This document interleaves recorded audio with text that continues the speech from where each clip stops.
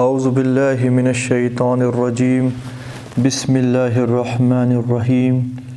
رب اشرح لی صدری ویسر لی امری واحلل عقدۃ من لسانی یفقہوا قولی ربی یسر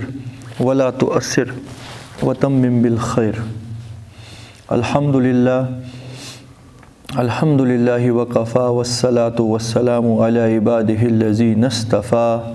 خصوصاً علی خاتم النبیین محمد الامین وعلی آلہ وصحبہ اجمعین، اما بعد فاعوذ باللہ من الشیطان الرجیم بسم اللہ الرحمن الرحیم۔ تتجافى جنوبهم عن المضاجع يدعون ربهم خوفا وطمعا ومما رزقناهم ينفقون فلا تعلم نفس ما أخفي لهم من قرة أعين جزاء بما كانوا يعملون۔ صدق اللہ العظیم۔ سورۃ السجدہ آیت نمبر 15 تک ہم نے پچھلے کلاس میں سمجھنے کی کوشش کی تھی، اور آیت نمبر 15 میں رب العالمین نے ان لوگوں کا تعارف کروایا تھا کہ جو سچے ایمان والے ہیں۔ ہم اللہ سے دعا کرتے ہیں ہم بھی ویسے ہی لوگوں میں شامل ہوں جن کا تعارف رب العالمین نے یہاں کرایا کہ جان لو اچھے اور سچے مومن تو وہ ہیں جن کو جب کبھی اللہ کی کوئی نشانی بتائی جائے، اللہ کی کوئی آیات سنائی جائے،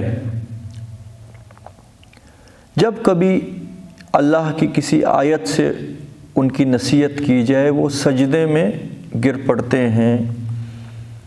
سرنڈر کر لیتے ہیں اس حکم کے آگے، اس حکم کی تعظیم میں لگ جاتے ہیں بنا کسی آرگیومنٹ اور بنا کسی بحث کے۔ ان کو پتہ ہے کہ اگر ہمارے رب کا یہ حکم ہے تو اس کے اندر بھی یدک الخیر،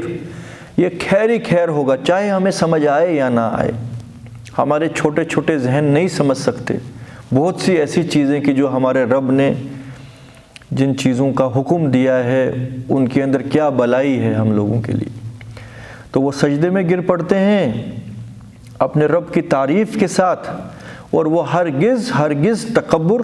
نہیں کرتے، یعنی اللہ کی کسی بات کے خلاف وہ جانے کا سوچ بھی نہیں سکتے۔ اگر کوئی جان بوجھ کے اللہ کے کسی حکم کے خلاف کرے وہ اصل میں تکبر کر رہا ہوتا ہے، کہ وہ یہ کہتا ہے کہ اللہ کا اگر یہ حکم ہے ٹھیک ہے،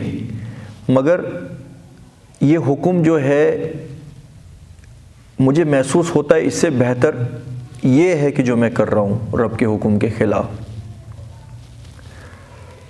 جیسے کہ ابلیس نے کیا تھا۔ اللہ تعالیٰ نے ابلیس کو کہا تھا کہ یہ جو بشر میں بنانے جا رہا ہوں مٹی سے اور اس کے اندر اپنی روح میں سے پھونک رہا ہوں، تو سب کے سب اس کے آگے سجدہ کرو، تعظیم بجا لاؤ۔ سب کے سب جھک گئے سوائے ابلیس کے، واستکبر، اس نے تکبر کیا۔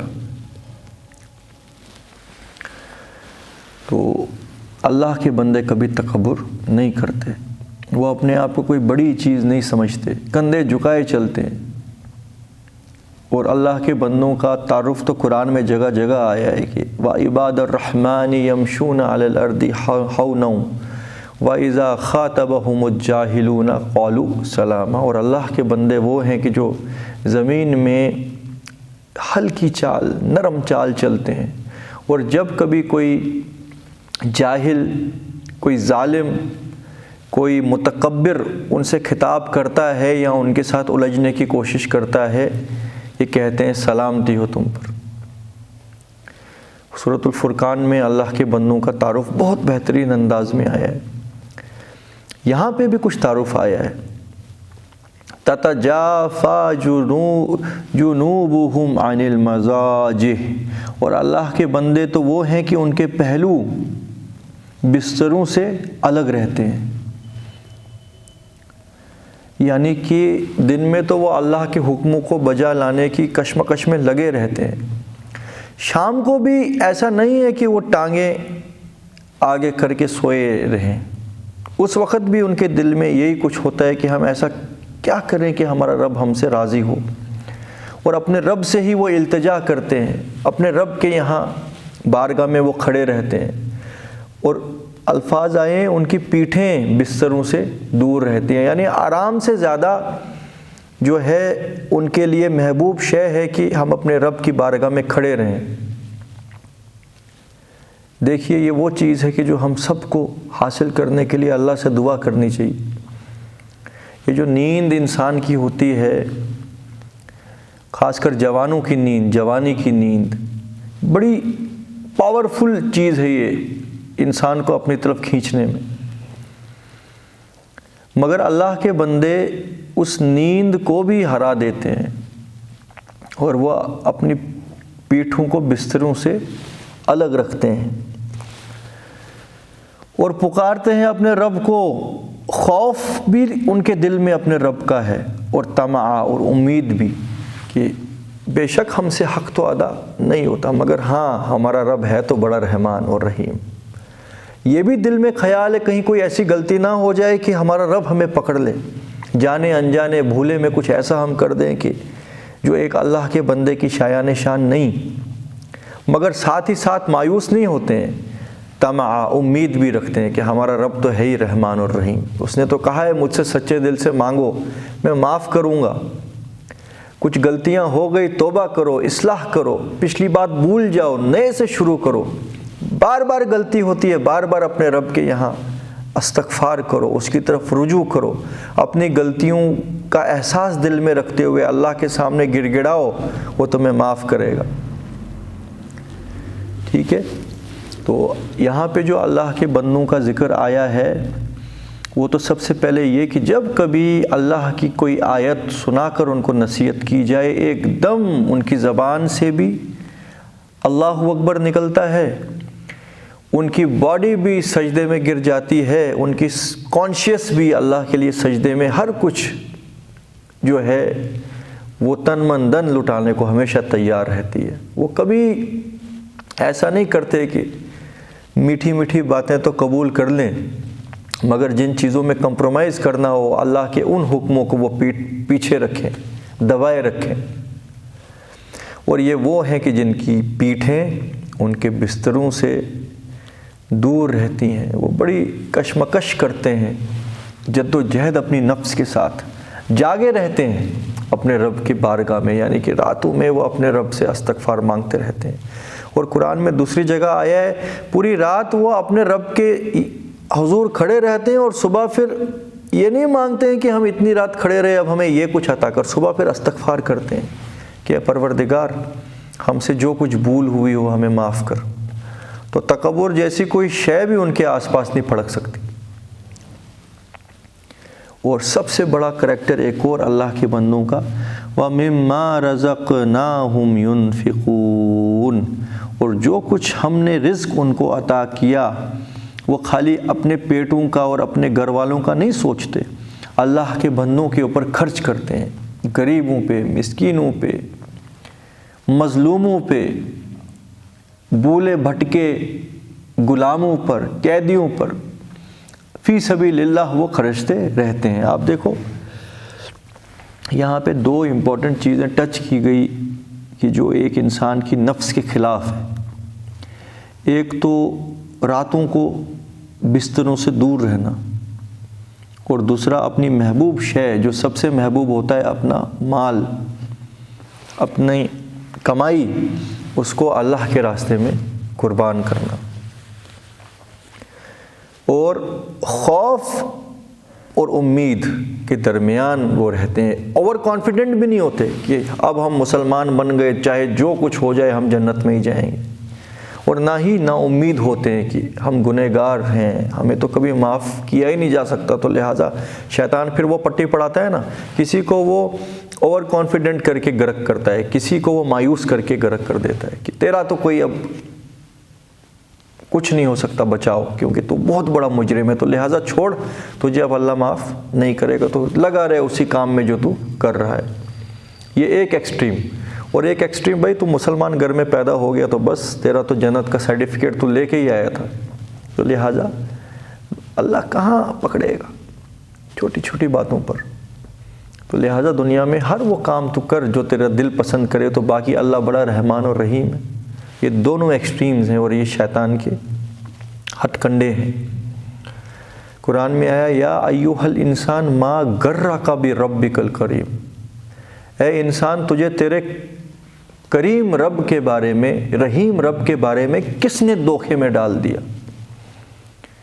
یعنی کہ اللہ رحمان اور رحیم تو ہے ہی، ساتھ میں سریع الحساب بھی تو ہے، العادل بھی تو ہے۔ تو نے جس کا حق مارا، جس کا خون چوسا، اگر تجھے معاف کر دیا جائے، یہ تو اس مظلوم کے ساتھ ظلم بھی ہوگا نا پھر۔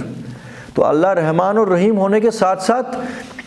شدید العقاب بھی ہے، سخت سزا دینے والا، ذو انتقام بھی ہے، انتقام لینے والا۔ جو مظلوم تیرے سے انتقام نہیں لے سکتا، اس کا رب تیرے سے انتقام قیامت کے دن لے گا اور دنیا میں بھی لے گا۔ تو یہ دونوں ایٹریبیوٹس اللہ کے سارے اسماء الحسنہ ایک ذہن میں رکھ کے اس حساب سے اپنے رب کی پابندی کرو کہ جیسے پابندی کرنے کا حق ہے۔ ہمارے لیے یہاں لمحہ فکریہ ہے، ہمارے بستروں سے پیٹھیں دور رہنا کتنا مشکل ہے۔ یہ تو میں پرسنلی بھی ایک ایسی چیز ہے جس سے فائٹ نہیں کر پا رہا۔ یہ جو نیند،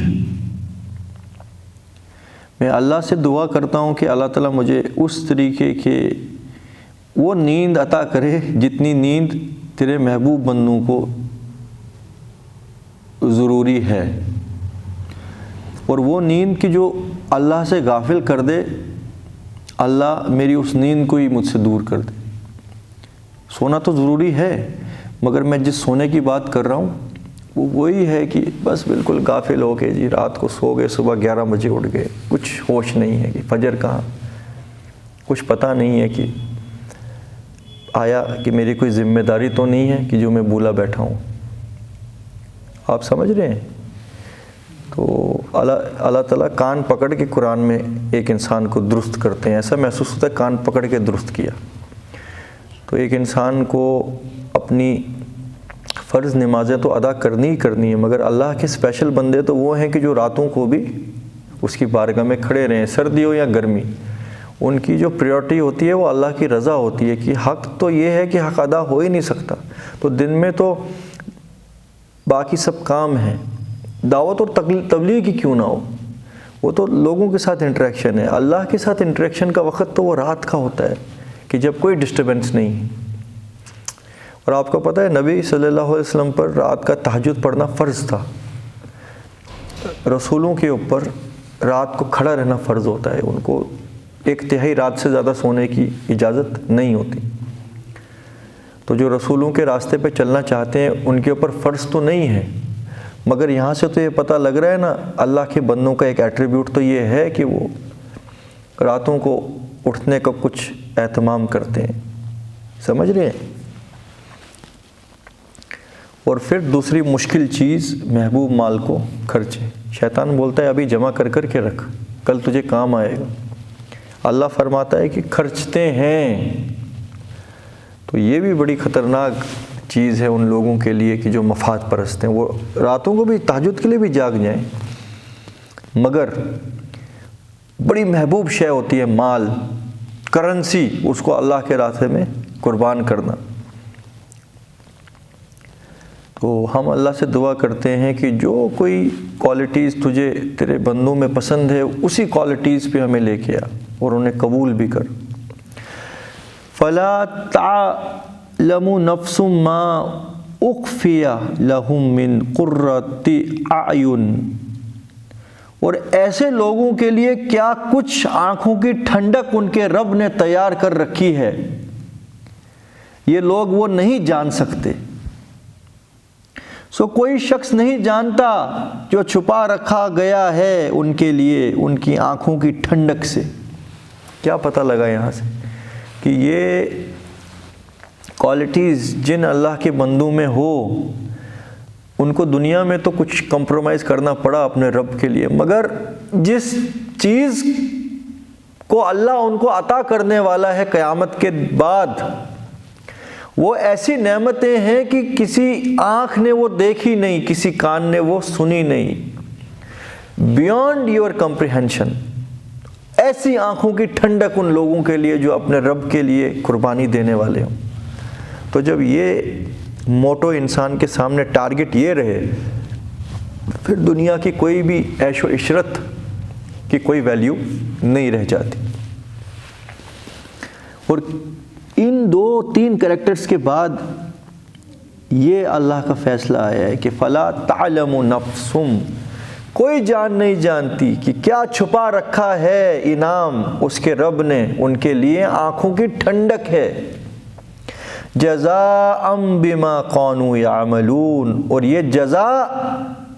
اس وجہ سے ان کو دی گئی کہ جو اچھے کام وہ دنیا میں اپنے رب کی رضا کے لیے کیا کرتے تھے۔ کیوں؟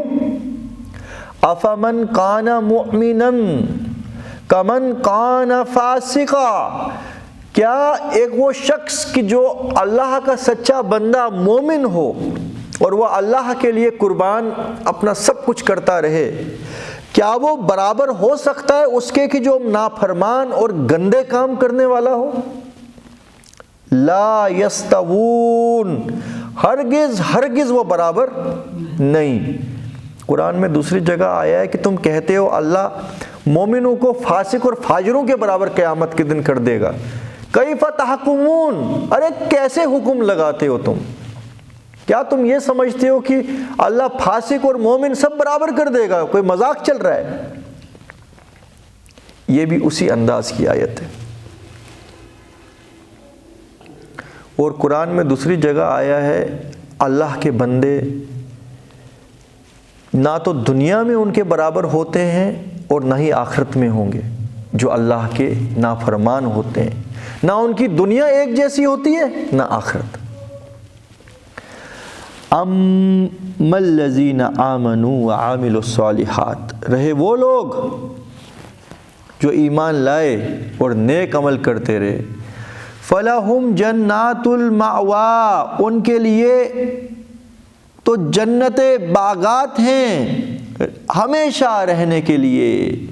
نُزُلًا بِمَا كَانُوا يَعْمَلُونَ، اس کے صلے میں جو وہ کیا کرتے تھے۔ دیکھیے 2 بار ریپیٹ ہوا۔ اچھا، جو آیتیں ہم نے آج پڑھی، اس سے پہلے جو آیتیں آئی تھی اس میں جہنمیوں کا ذکر آیا تھا، فَذُوقُوا بِمَا نَسِيتُمْ، چکھو اس عذاب کا مزہ کیونکہ تم اللہ کی ملاقات کو بلائے ہوئے تھے۔ اِنَّا نَسِينَاكُمْ، تو لو آج میں نے بھی تم کو بلا دیا، یعنی میری رحمت سے تم اب بالکل فارغ ہو گئے۔ جس کو اللہ ہی بلا دے اس کا پھر انجام کیا ہوگا؟ فَذُوقُوا عَذَابَ الْخُلْدِ، تو چکھو ہمیشگی کے ذلت اور رسوائی کے عذاب کا مزہ، بِمَا كُنْتُمْ تَعْمَلُونَ، ان برائیوں کے سبب جو تم کرتے تھے۔ تو قرآن کا اسلوب ہے کہ ظالموں کو ان کا انجام بتانے کے بعد مومنوں کو نعمتوں کا تعارف کرایا جاتا ہے کہ وہ نہ گھبرائیں، یہ بات کسی اور کیٹیگری کے لیے، تمہارے لیے یہ بات ہے۔ اور دوسرا آپشن انسانوں کے لیے ان دونوں میں سے اپنا سلاٹ چن لو، اپنی لیگ چن لو، تمہیں کہاں جانا ہے۔ 2 آپشنز ہیں۔ تو یہاں پہ بھی فرمایا گیا ہرگز مومن اور فاسق آیا ہے، کافر نہیں نا یہاں آیا ہے، فاسق۔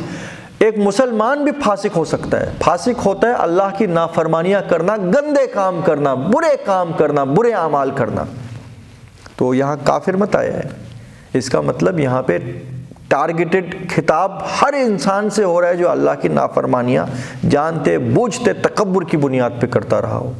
چاہے اس کا نام عبد الرحمن ہی کیوں نہ ہو، ہے کہ نہیں؟ اما الذین آمنوا وعملوا الصالحات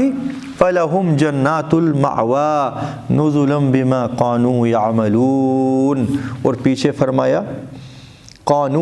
جزاء بما كانوا يعملون، جزا ان اعمالوں کے سبب جو وہ کیا کرتے تھے۔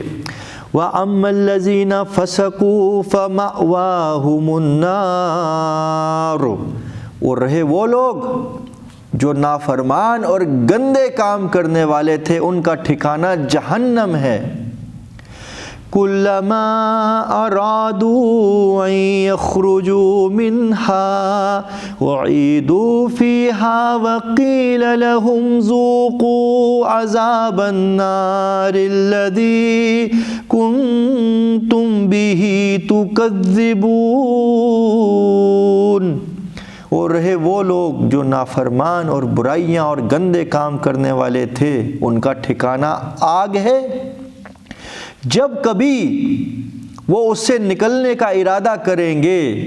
اس میں لوٹا دیے جائیں گے، اور انہیں کہا جائے گا دوزخ کا عذاب چکھو،